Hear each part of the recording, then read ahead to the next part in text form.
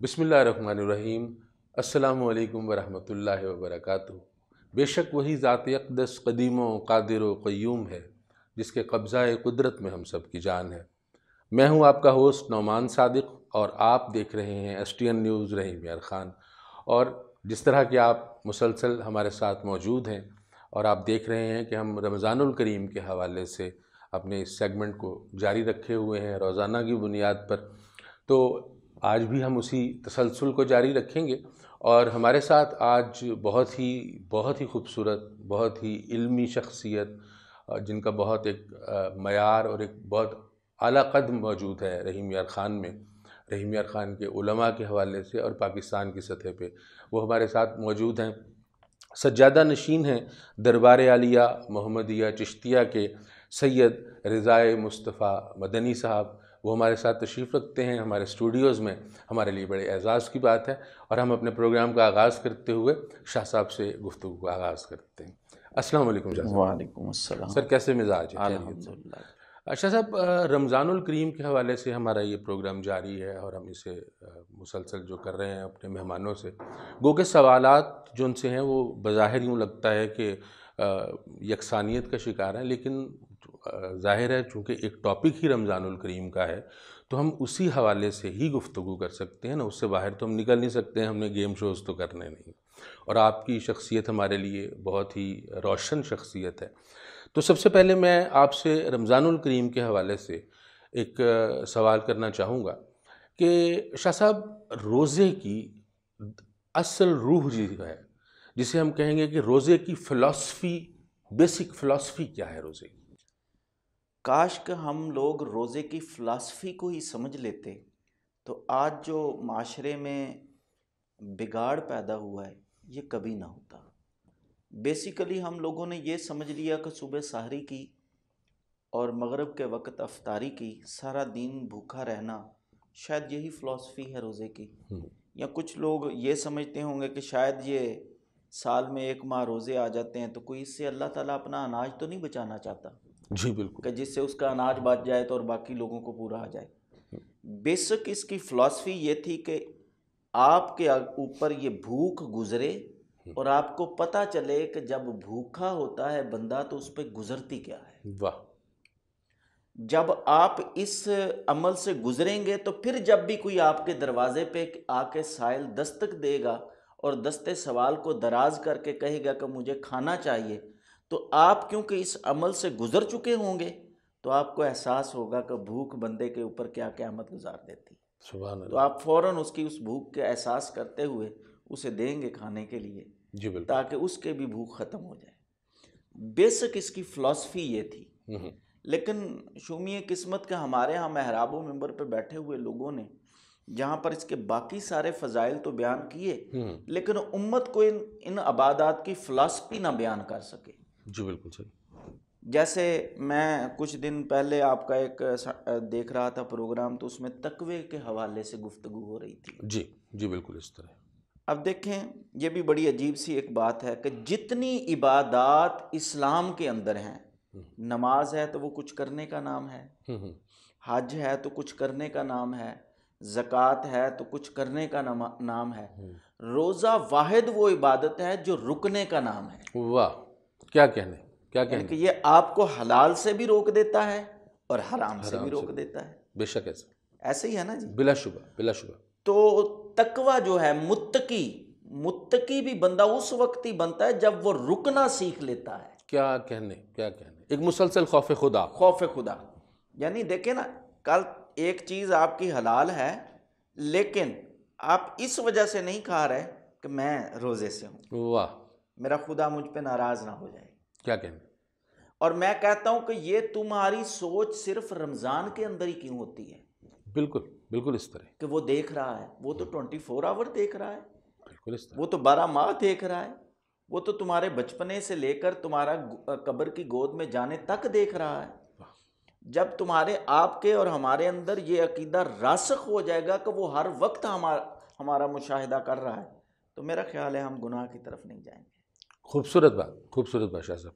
اصل میں یہ بیسک چیزیں تھیں جی، جس کے اوپر ہمارے لوگوں کو سوچنا چاہیے تھا جس کا پرچار کرنا چاہیے تھا، افسوس کہ ہم ان کا پرچار نہ کر پائے۔ یہ تو ایک بہت بڑا المیہ ہے نا، ہاں جی، کہ اگر ذمہ داری صرف ممبر و محراب کی ہے تو صحیح، لیکن صرف ممبر و محراب کی تو نہیں ہے نا۔ جی بالکل۔ اس کے لیے جو ہمارا تعلیمی نظام ہے، جو ہمارے اسکولز ہیں، کالجز ہیں، آپ کے خیال میں اساتذہ کا اور اس نظام کا جو تعلیمی نظام ہے ہمارا، تعلیمی نصاب ہے، اس کی کیا ذمہ داری ہونی چاہیے اس حوالے سے کہ وہ ایک بہتر مسلمان، ایک بہتر دیندار اور ایک بہت ہی آئیڈیل انسان بنائے ہمارے بچے کو؟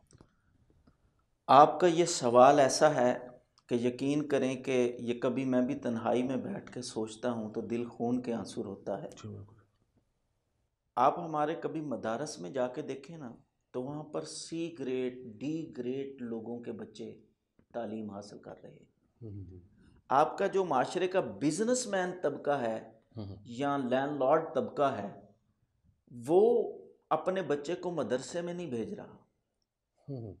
جب تک بزنس مین کا بیٹا ممبر پہ نہیں آ کے بیٹھے گا، کیا کہنے، اس وقت تک دین ترقی نہیں کر سکتا۔ خوبصورت بات، ابھی تو وہ بچہ بٹھایا ہوا ہے آپ نے جس کو بیچارے کو یہی پریشانی لاحق رہتی ہے کہ اگر میں نے یہ بات کر دی تو وہ فلاں ناراض ہو جائے گا، یہ بات کر دی تو انتظامیہ والے ناراض ہو جائیں گے، میری مسجد کمیٹی والے ناراض ہو جائیں گے۔ وہ اس ڈر سے بات ہی نہیں کر پا رہا دین کی۔ اور جب بزنس مین طبقے کا بیٹا آ کر، کسی بزنس مین کا بیٹا، کسی میل آنر کا بیٹا، کسی بہت بڑے لینڈ لارڈ کا بیٹا آ کے بیٹھے گا ممبر پر، اسے تو ان چیزوں کو کوئی معاشی پریشانی نہیں ہوگی نا۔ اور اس میں شاہ صاحب یوں بھی ہوتا ہے نا کہ جو عمومی رویہ ہے وہ یہ ہے کہ جو بچہ مطلب عام جو دنیاوی تعلیم میں جو نااہل ہے، جو پڑھ نہیں پا رہا، تو اس کے متعلق یہ کیا جاتا ہے جی اسے مدرسے میں داخل کروا دیا جائے، اسے حافظ قرآن بنا لیا جائے، یہ جی ہماری جنت کا اور بخشش کا وسیلہ اور سبب بنے گا۔ مطلب یہ کیا مذاق ہے، یہ کھلواڑ ہے۔ یہ مذاق اسی لیے ہوا نا جی کہ یہ جو ہمارے لوگ یہ سوچتے ہیں، ان کے اندر اویئرنس نہیں ہے دین کی۔ انہیں یہی نہیں پتا کہ ہم یہ جو کام کر رہے ہیں دین کے اندر یہ جائز بھی ہے یا نہیں، دین اسے اچھا بھی سمجھتا ہے کہ نہیں۔ بالکل صحیح۔ اویئرنس نہ ہونے، اب دیکھیں ہر جو پڑھا لکھا طبقہ ہے یا جسے ہم کہہ لیں اپر کلاس کے لوگ ہیں، وہ اپنے بیٹے کو ڈاکٹر، انجینئر، بیرسٹر تو بنانا چاہتے ہیں۔ جی، میں یہ سوال کرتا ہوں ان سے کہ تمہارا محمد عربی کے ساتھ کوئی تعلق نہیں؟ سبحان اللہ۔ تم اپنے بیٹے کو شیخ القرآن یا شیخ الحدیث کیوں نہیں بنانا چاہتے؟ کیا کہنے، کیا کہنے۔ اس وقت ہمارے معاشرے کو حفاظ کی ضرورت نہیں ہے۔ جی بالکل صحیح۔ اس وقت ہمارے معاشرے کو ایک پڑھے لکھے عالم دین کی ضرورت ہے۔ بلا شبہ، بلا شبہ۔ آج سے کافی عرصہ پیچھے چلے جائیں یورپ کے اوپر ہی، تو یورپ نے اپنا مکمل دین اٹھایا اور اپنے فادرز اور پادریوں کے سر پہ رکھ دیا۔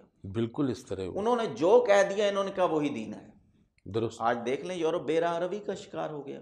بے شک ایسا۔ انہوں نے دین اپنے کرسچینٹی کے اندر کتنی تحریفات کر دیں، بالکل اس طرح ہے۔ تو وہ بے راہ روی کا شکار ہو بے گیا۔ راہ۔ اب ہمارے ہاں بھی وہی کچھ ہو گیا ہے، ہم نے بھی پورا دین اٹھا کے مولوی کے سر پہ رکھ دیا ہے، سبحان اللہ۔ خود نہیں پڑھنا چاہتے۔ سر کیا کہنے۔ میں کہتا ہوں کہ تم قرآن کو کتاب ثواب کیوں سمجھتے ہو؟ واہ واہ۔ یہ کتاب ہدایت تھی، اسے پڑھ کر سمجھ کر تم نے ہدایت حاصل کرنی تھی، نہ کہ تم نے الحمدللہ رب العالمین کے اوپر حرف گننے شروع کر دیے، اس پہ 10 نے کی، اس پہ 10 نے کی، اس پہ 10 نے کی، اس پہ 10 نے کی۔ شاہ صاحب کیا کہنے، شاہ صاحب کیا کہنے، لطف آ گیا، واہ واہ۔ تو اس کو کتاب ہدایت سمجھ کے تو پڑھا ہی نہیں ہم نے، جی بالکل۔ اس لیے ہم تفرقوں میں بٹ گئے۔ اور اس تفرقہ بازی جو تھی ہمارے ملک کے اندر، یہ آج سے اگر آپ کوئی 50-60 سال پیچھے چلے جائیں تو یہ تھی ہی نہیں۔ بالکل نہیں، بالکل نہیں۔ اب آپ دیکھ لیں ہم ایک دوسرے، میں کبھی کبھی یہ سوچتا ہوں ہم ایک دوسرے کو کافر کافر کہتے ہیں، ہمارے ہاں جتنے بھی فرقے ہیں کوئی ایک بھی مسلمان تو بچا نہیں ان میں، ہر کے نزدیک دوسرا کافر ہے۔ بالکل۔ اور غیر مسلم ہمیں مسلم سمجھ کر مار رہے ہیں، مسلم سمجھ کے اور ہم مسلم ایک دوسرے کو مسلم نہیں سمجھ پا مسلم رہے۔ نہیں سمجھتے۔ یہ کتنا بڑا المیہ اب ہے۔ آپ پوری ورلڈ کے اوپر نظریں اٹھا کے دیکھ لیں، یا ابھی دیکھ لیں فلسطین کا کیا حال ہے۔ سر واقعی دل یقین خون، دل کریں کہ خون کے ان آنسو۔ بچوں کی جب ویڈیو دیکھتے ہیں تو دل خون کے آنسو ہوتا ہے۔ لیکن ہم ساتھ یہ بھی دیکھیں نا، یہ بھی المیہ ہے حضرت، کہ ہم دعا کرتے ہیں یا اللہ کسی صلاح الدین ایوبی کو بھیج دے، یہ دعا ہم مانگتے ہیں۔ کیا ہماری مائیں بانجھ ہیں؟ یہ صلاح الدین ایوبی پیدا نہیں کر رہی؟ کیا کہنے بالکل ایسے. کیوں صلاح الدین ایوبی نہیں ہے تمہارے معاشرے میں؟ کیونکہ تم نے محمد عربی کی غلامی کا طوق اپنے گلے سے اتار دیا. واہ. تم نے وہ راستہ چھوڑ دیا جو حسین نے اپنایا تھا کیا کہنے. کہ ہر باطل کے سامنے ڈٹ جاؤ. واہ واہ واہ. تم نے وہ راستہ چھوڑ دیا. یعنی امر بالمعروف اور نہی عن المنکر، یہ ہمیں ہماری اساس ہونی چاہیے. احساس ہونا چاہیے. ہمارا ضابطہ حیات یہی حیات ہونا ہونا چاہیے. چاہیے. اور یہی ہمیں امام حسین علی مقام علیہ السلام نے کربلا میں ہمیں سکھا. اسی حوالے سے شاہ صاحب مزید ایک میرے ذہن میں سوال ابھر رہا ہے. جس طرح آپ فرما رہے ہیں کربلا کہ آئیڈیلز جو ان سے ہیں وہ شہزادہ علی اکبر علیہ السلام کیوں نہیں ہے، وہ شہزادہ قاسم علیہ السلام کیوں نہیں ہے. ہم اپنے بچوں کو وہ کیوں نہیں بنانا چاہتے، ہم ان کی زندگیاں کیوں نہیں پڑھانا چاہتے.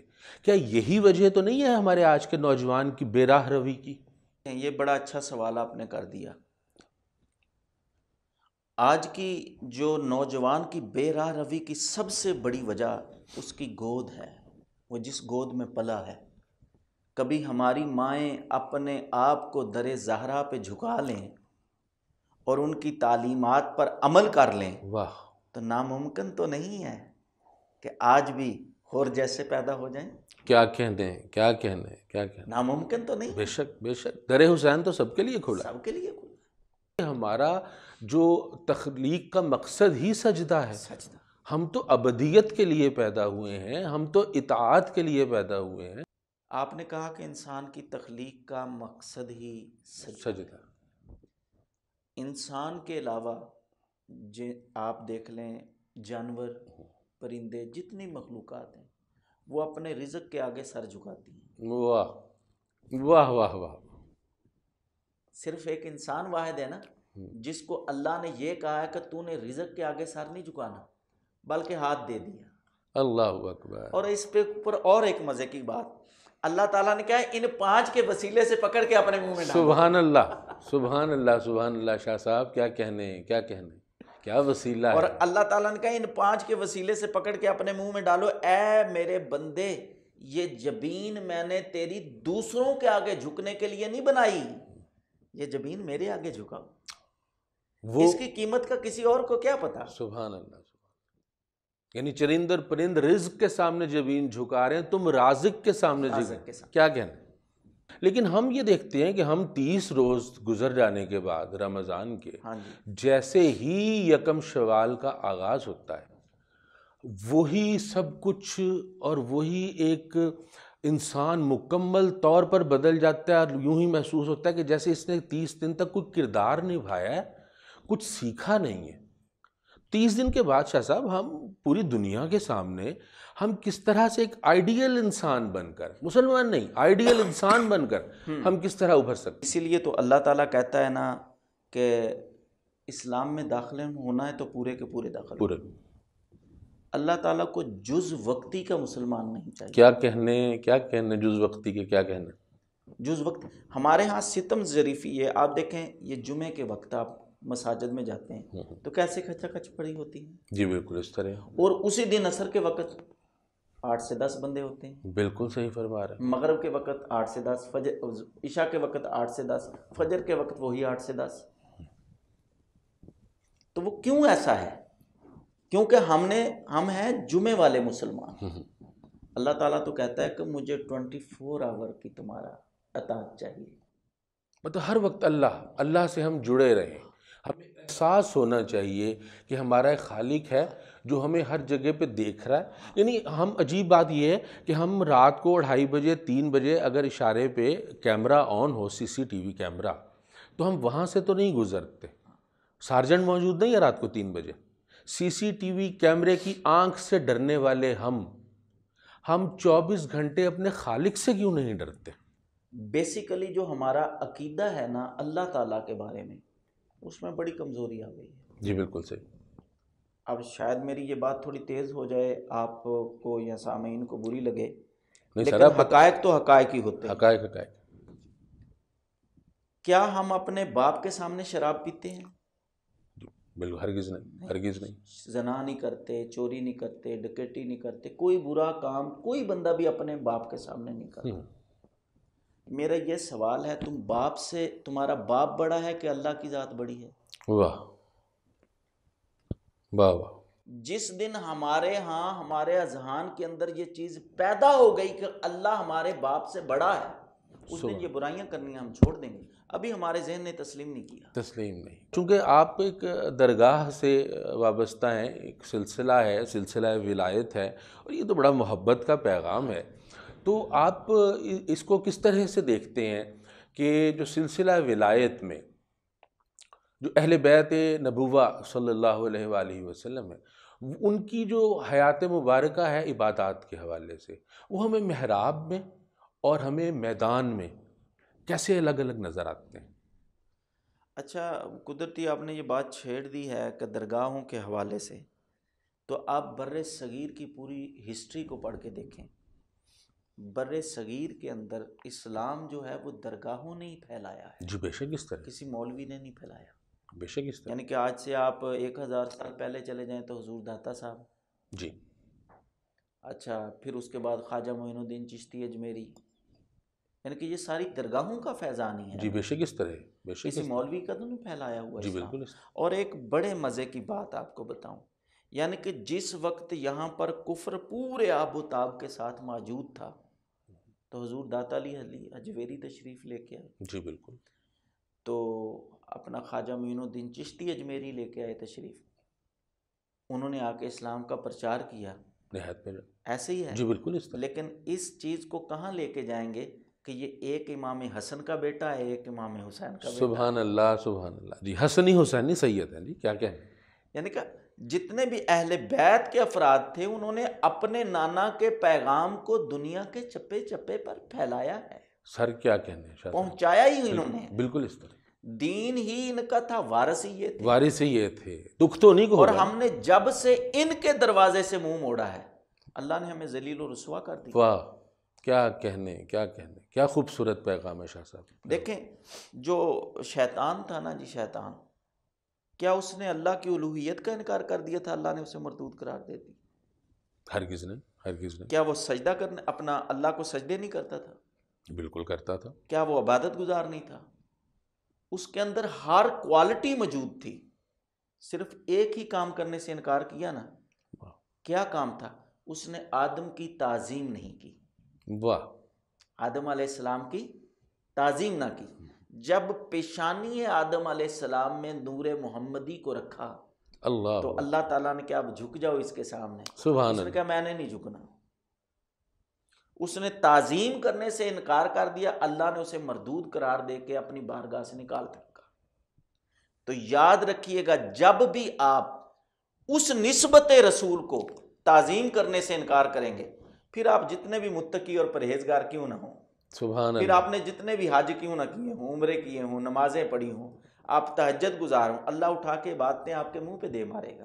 سبحان کہ اللہ. اللہ نے کہا وہ جن کو میں نے عزت دے دی تو کون ہوتا ہے ان کی تعظیم نہ کرنے والا. سبحان اللہ. معاشرے میں بگاڑ ہی یہاں پر پیدا ہوا. یہ جو آپ مارکہ کرب و بلا دیکھ لیں، یا اس سے تھوڑا سا پیچھے امام حسن، جی پھر امام علی کو دیکھ لیں آپ، جی یا آپ اس کے بعد امام زین العابدین کو لے لیں، جی. امام باقر کو لے لیں، امام جعفر کو لے لیں، امام رضا کو لے لیں، جتنے بھی آئمہ گزرے ہیں آپ جی. ان کی لائف تو پڑھ کے دیکھیں، جی. آپ کے رونگٹے کھڑے ہو جائیں. کیا کیا صعوبتیں اور مصیبتیں انہوں نے اس دین کے لیے برداشت نہیں کی. سبحان اللہ. یہ چاہتے تو مدینے میں بیٹھ کے اپنا آرام سے شہزادوں والی زندگی گزار سکتے. اب آپ ہمیں ہی دیکھ لیں، ہم بر صغیر میں ہیں، یہ ہمارا وطن تو نہیں ہے. بالکل صحیح، بالکل صحیح فرما رہے ہیں آپ. ہمارا وطن تو نہیں ہے بر صغیر. جی بالکل. ایران ہمارا وطن نہیں ہے، عراق ہمارا وطن نہیں ہے. ہمارا تو وطن تھا عرب مدینہ، ہمیں ہمارے وطن سے جلا وطن کر دیا گیا. کوئی کوفے میں ہے، کوئی نجف میں ہے، کوئی کربلا میں ہے، کوئی کاظمین میں ہے، کوئی مشہد میں ہے، کوئی ادھر لاہور میں ہے، کوئی رحیم یار خان میں ہے، کوئی انڈیا کے اندر ہے. یعنی کہ میں آپ کو اپنے وہ کن کن دکھوں کا بندہ رونا روئے. میرے بال کھڑے، یقین کیجیے رونگٹے کھڑے ہو رہے ہیں میرے. وہ جن لوگوں کی اللہ نے کہا کہ ان کی تعظیم کرو، جی بالکل. ہم نے کیا کیا ان کے ساتھ.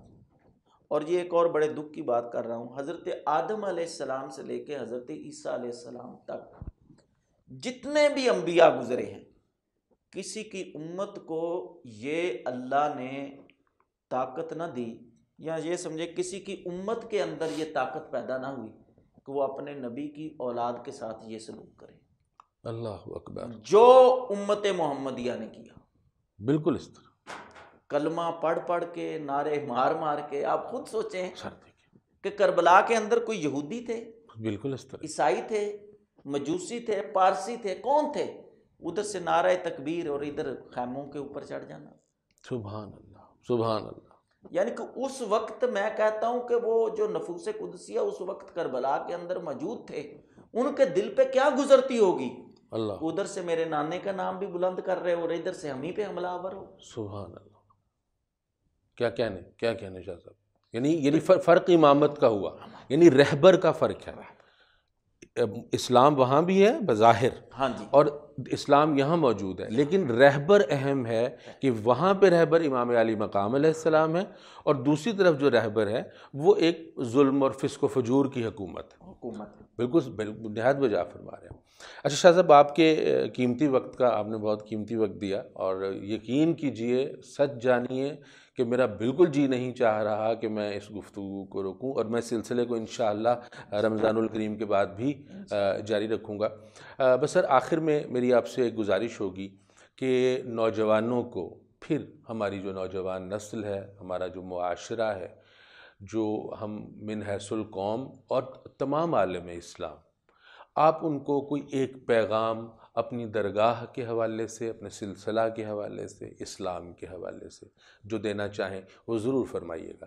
اگر ہمارے نوجوان امام حسین، امام حسن، امام علی اور محمد مصطفیٰ احمد مجتبیٰ کی سیرت کا ہی صرف مطالعہ کر لیں، اور میری مائیں بہنیں بیٹیاں جو ہیں وہ سیدہ زہرا پاک کی اور سیدہ زینب سلام اللہ علیہا کی اگر سیرتوں کا ہی مطالعہ کر لیں، تو میرا خیال ہے وہ دن دور نہیں کہ جب ہر گھر میں پیدا ہونے والا اللہ کا ولی ہوگا۔